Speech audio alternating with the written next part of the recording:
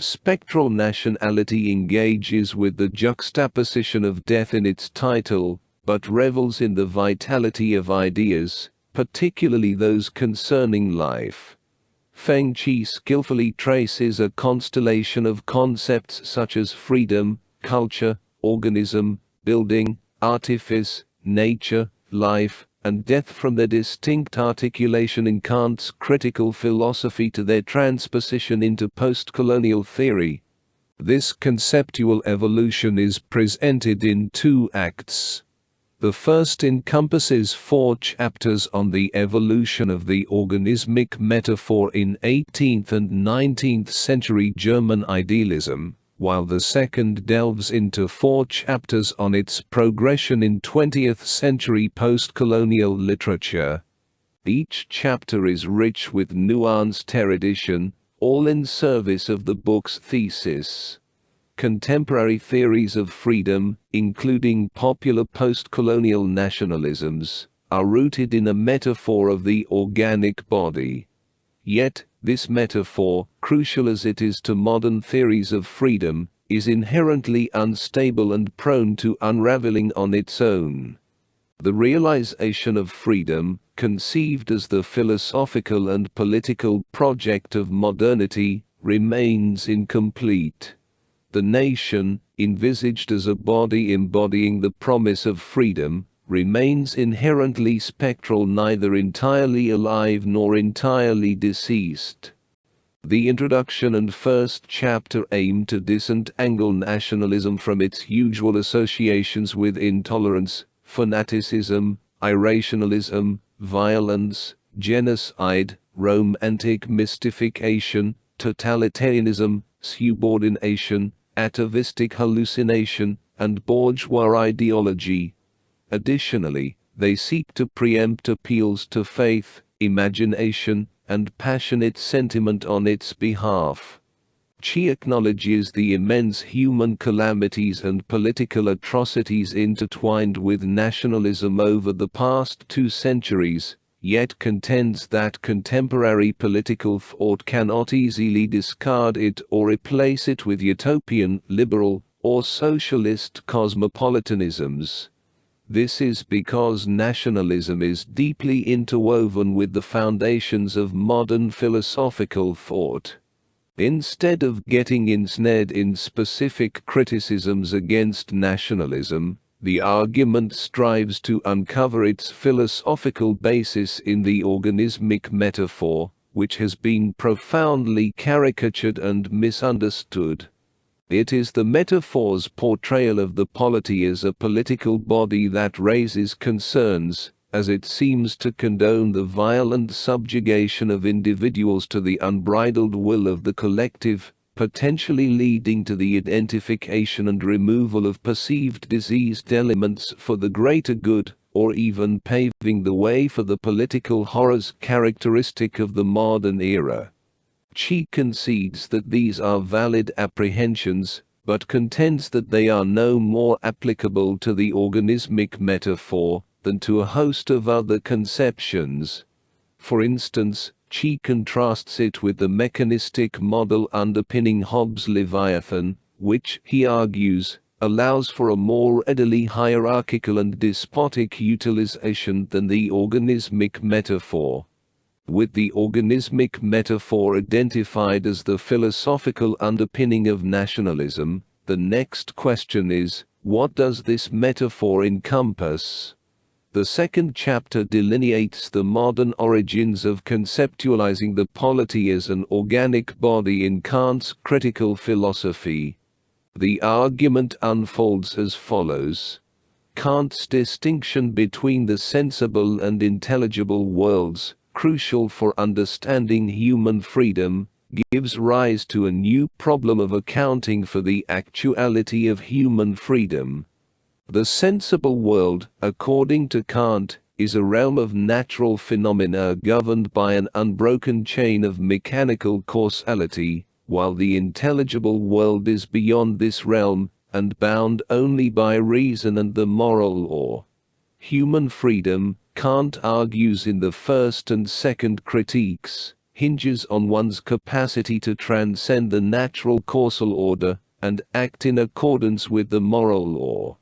However, the stark separation between the sensible and intelligible realms, which enables the possibility of human self-causality, also makes it challenging to explain its actualization.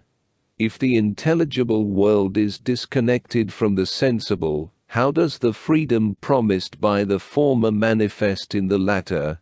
How can self-causality be conceived within a sensible world governed solely by the mechanical law of causality?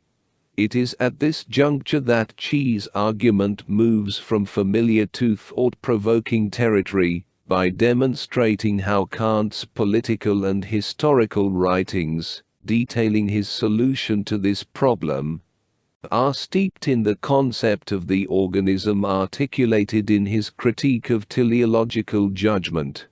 This revelation establishes an unexpected connection with his critical writings. Cheah acknowledges that he is not the first to make this discovery, but he skillfully outlines the fusion of living organism and political body with great insight. In Cheah's historical reconstruction, the emergence of modern philosophies surrounding culture and organism, concurrent with Kant's project, proved instrumental in addressing the challenge of actualizing freedom. Culture encompassed legal, political institutions, arts, and sciences, acting as a prosthetic medium through which humanity cultivated a second nature, realizing its inherent capacity for reason. This developmental process, facilitated by culture's rational medium, offered a solution to the embodiment of freedom.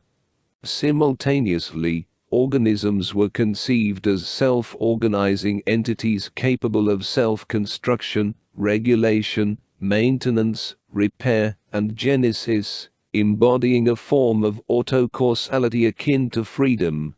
The capacity of living beings to shape their own form presented another model for realizing freedom.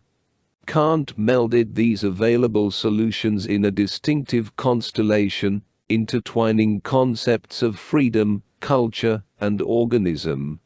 The state, through its relationship with culture, underwent an organic transformation, evolving from an artificial imposition on the populace to a self-organizing entity imbued with organismic causality, suitable for realizing human freedom as the historical embodiment of the moral law.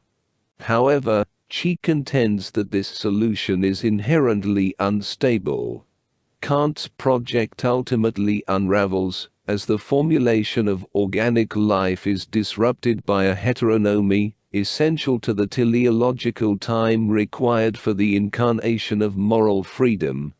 Both the concepts of culture and organic life struggle to consistently explain the actualization of freedom as autocausality in the sensible world.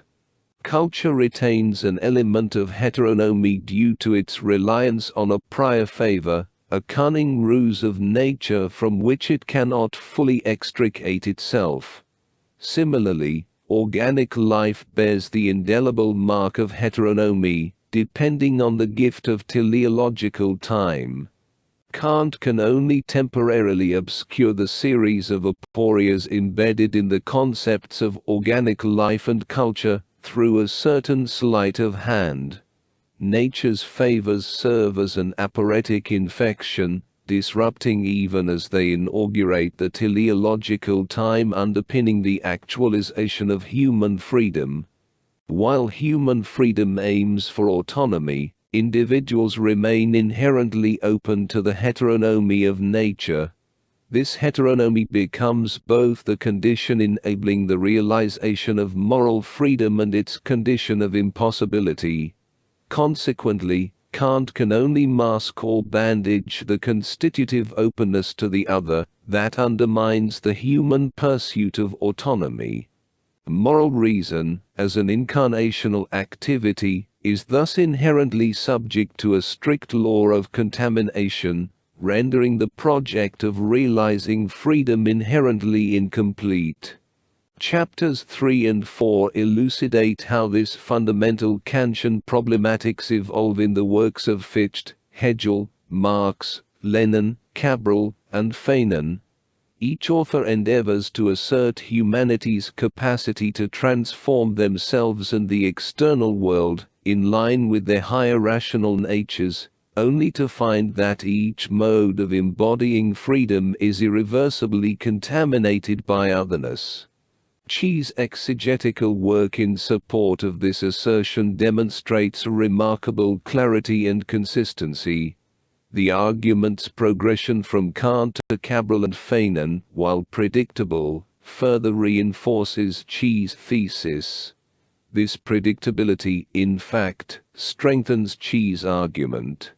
Chapters 5 to 8 in the latter half of the text delve into the transference of the organismic metaphor from German philosophy to post-colonial nationalism theories, a majority of which, according to Cheah, embrace this metaphor. These theories envision the nation not as a return to traditional communities based on blood ties, but as a novel political community arising from modern knowledge, technology, and organization.